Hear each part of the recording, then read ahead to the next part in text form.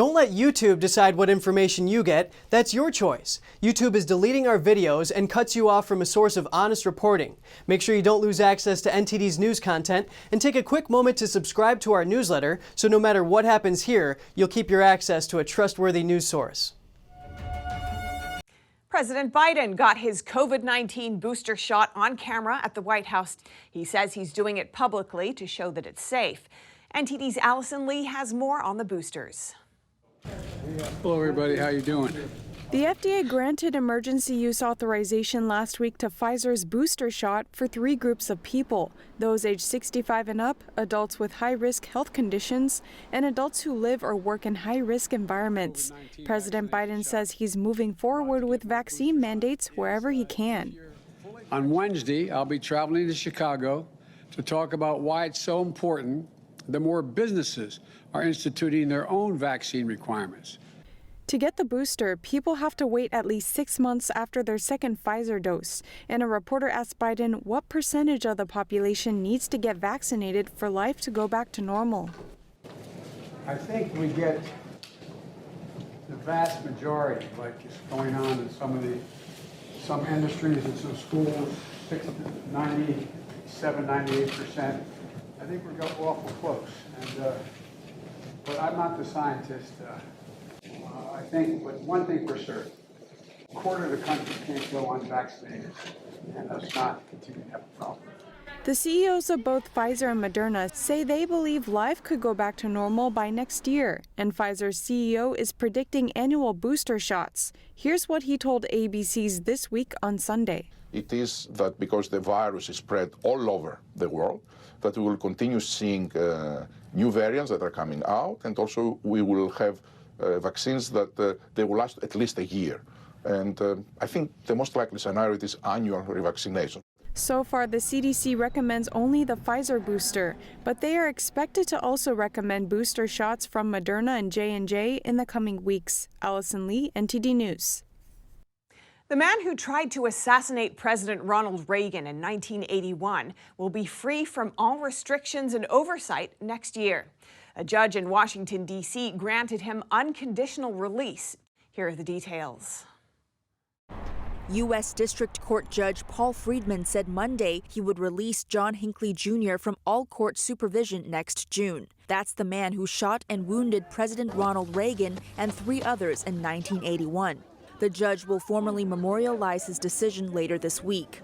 The judge has said that he's going to enter an order this week. He said he ruled from the bench that he's going to grant the unconditional release. And Mr. Hinckley will be monitored, as he has been over the years. There are very few conditions of the order that's in place now. Hinckley has been living in Williamsburg, Virginia since 2016. The court at the time imposed many rules, including oversight by doctors and travel and internet restrictions. Now Hinckley will only have to show he's mentally stable and comply with the rules. And come next June, these restrictions will be gone. I think it was well earned. I think John has done exceedingly well over a long period of time. His disease is in full remission. He's done nothing dangerous. There have been a multitude of risk assessments, and the risk of danger is exceedingly low. A jury trial in 1982 found Hinckley not guilty by reason of insanity, but he later spent 3 decades at a psychiatric hospital. Judge Friedman says that Hinckley has displayed no symptoms of active mental illness, no violent behavior, and no interest in weapons since 1983. The New York City Council is considering a bill that would allow permanent residents to vote in municipal elections. The non-citizens would need to have lived in the city for at least 30 days. NTD's Jason Perry attended an event with council members who oppose the bill. We are here in New York City, right outside of City Hall Park, where people have gathered in a rally to stand against a bill that will allow non-citizens to vote in New York City. And that bill already has a lot of support. But to open up our elections to non-citizens is a step too far. Let's say up to 900,000 foreign nationals would get the right to vote. Imagine that. They could sway elections and not be a citizen of the United States. That's absurd. Councilman Robert Holden says there could be other motives behind the bill. Now, I won my race, my first race in 2017, by 137 votes. So you see what a bill like this could, you can have foreign nationals affecting an election and determining an election of where really they don't live. They've only been here 30 days. So this is a very dangerous bill. So if it ever gets a foothold, God help us. Chairman of the New York State Republican Committee, Nick Langworthy, also spoke against non-citizens being able to vote. We have to have the rule of law first and foremost. I mean, and this goes back to our opposition to why, New York City is a sanctuary city. I mean, we have federal immigration laws. There's a lot of people that came here and followed the right path and became, full American citizens. With that comes the right to vote. We're not looking to deny anybody, but citizenship matters. There's not two tracks to citizenship. Those in support of the bill say if non-citizens are able to vote, it will allow officials to be elected who will better represent the residents of that district. Although this bill to allow non-citizens to vote has a lot of support, others are saying it goes directly against the state constitution and therefore it wouldn't be able to pass. Jason Perry, NTD News, New York. Concerns are growing that hospitals, especially those in rural areas, are going to face significant staff shortages due to federal and state vaccine mandates for healthcare workers. The head of the CDC acknowledged the situation is creating a challenge. Here are the details. CDC Director Rochelle Walensky was asked Monday about the effectiveness of vaccine mandates in the light of the tens of thousands of unvaccinated healthcare workers who could potentially lose their jobs in New York. Walensky told Good Morning America that vaccine mandates do get more people vaccinated and added that the more people get vaccinated, the more communities are protected. But she was pressed on whether this benefit outweighs the loss to hospitals. But if we're losing healthcare workers potentially in the process, does that actually create a safer environment in our hospitals? It absolutely creates a challenge. What I would say is to have these, to do some work to educate these healthcare workers, to meet them where they are, to understand where their hesitancy is, so we can get them vaccinated and get them back to work. Over the weekend, the head of Goodall-Witcher Hospital in rural Texas told NPR that his hospital may have to stop delivering babies due to a loss of nurses. CEO Adam Willman said a number of experienced nurses, including in the hospital's maternity ward, aren't vaccinated and don't plan on getting the shot. He said some nurses say they will retire or find other work rather than get the vaccine. About 30% of his 250 staff members remain unvaccinated. But despite the mandate, the CEO said they're kind of at that point where everybody that's willing to get it got it. Tom Mee, CEO of the North Country Healthcare System in New Hampshire, said it's likely other rural hospitals will have staffing issues due to the mandate. He told NPR that he's never seen anything like this in his 34 years of working in healthcare. In the last few weeks, a hospital in upstate New York had to temporarily stop delivering babies after several nurses resigned rather than get the shot.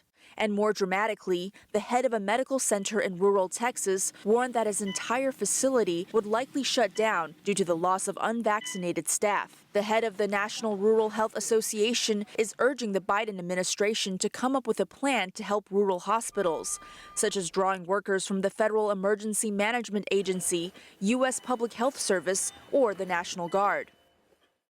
Soon, California healthcare workers will need to be fully vaccinated. Hospital staff and their families in Monterey held a rally to express their opposition to vaccine mandates. NTD's Cynthia Kai spoke with some nurses to hear their stories. On Sunday, a group of approximately 100 people held a rally to protest vaccine mandates, asking for freedom of choice. A pregnant nurse is choosing not to be vaccinated to protect her unborn child. Definitely feeling undermined, definitely feeling like, I was the first to volunteer to take all these patients, and I'm still volunteering to take them, even though I'm unvaccinated.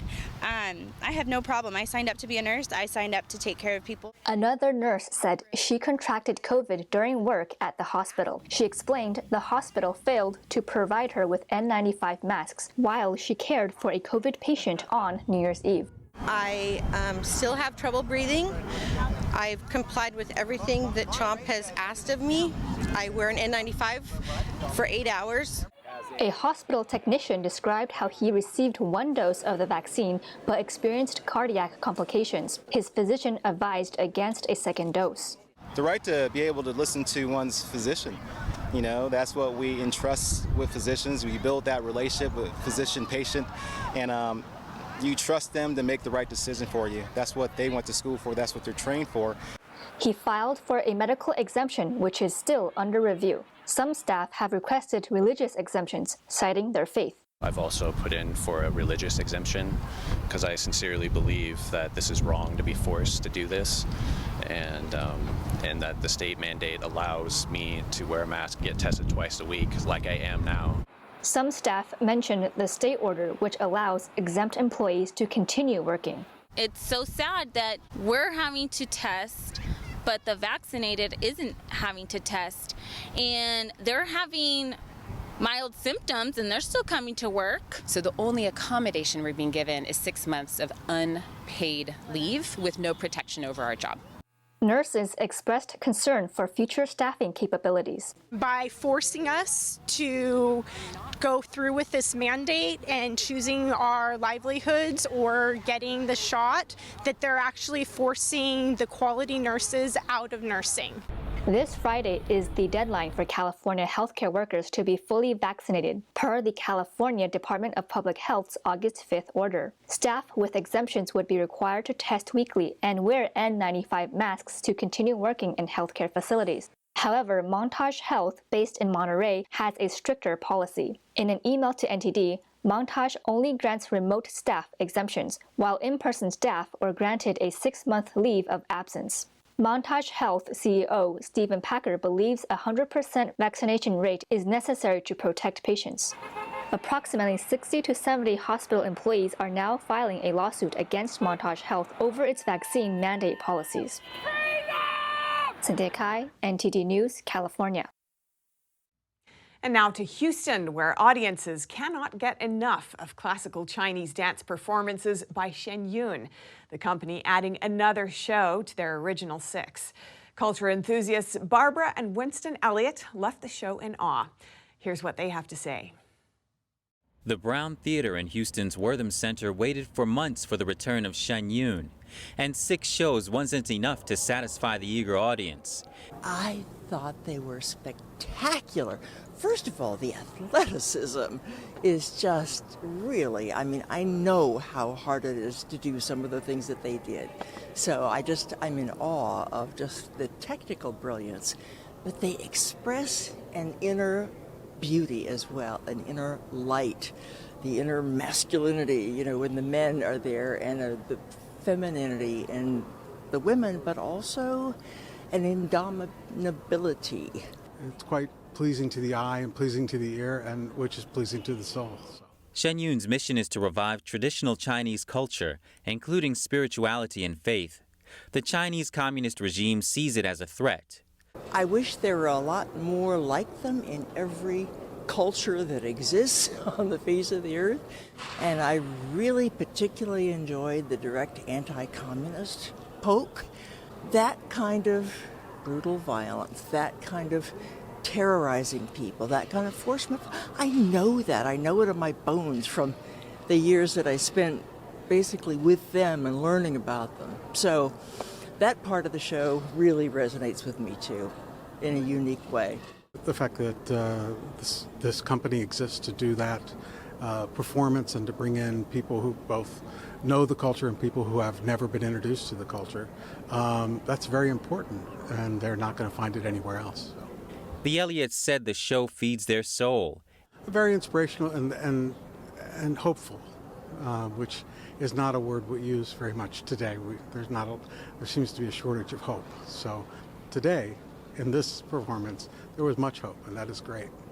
Shen Yun is performing all over the country for the rest of the year and into next year. Their next stop is Seattle, Washington.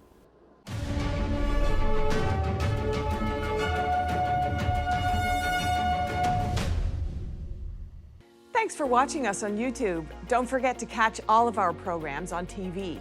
NTD Evening News is on every weekday at 6:30 p.m. Find your local NTD channel at ntd.com/TV.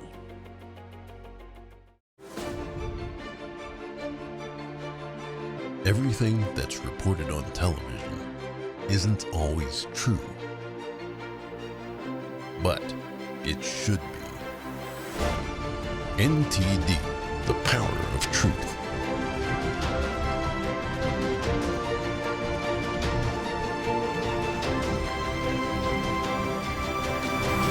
Now available 24/7 on television and streaming platforms.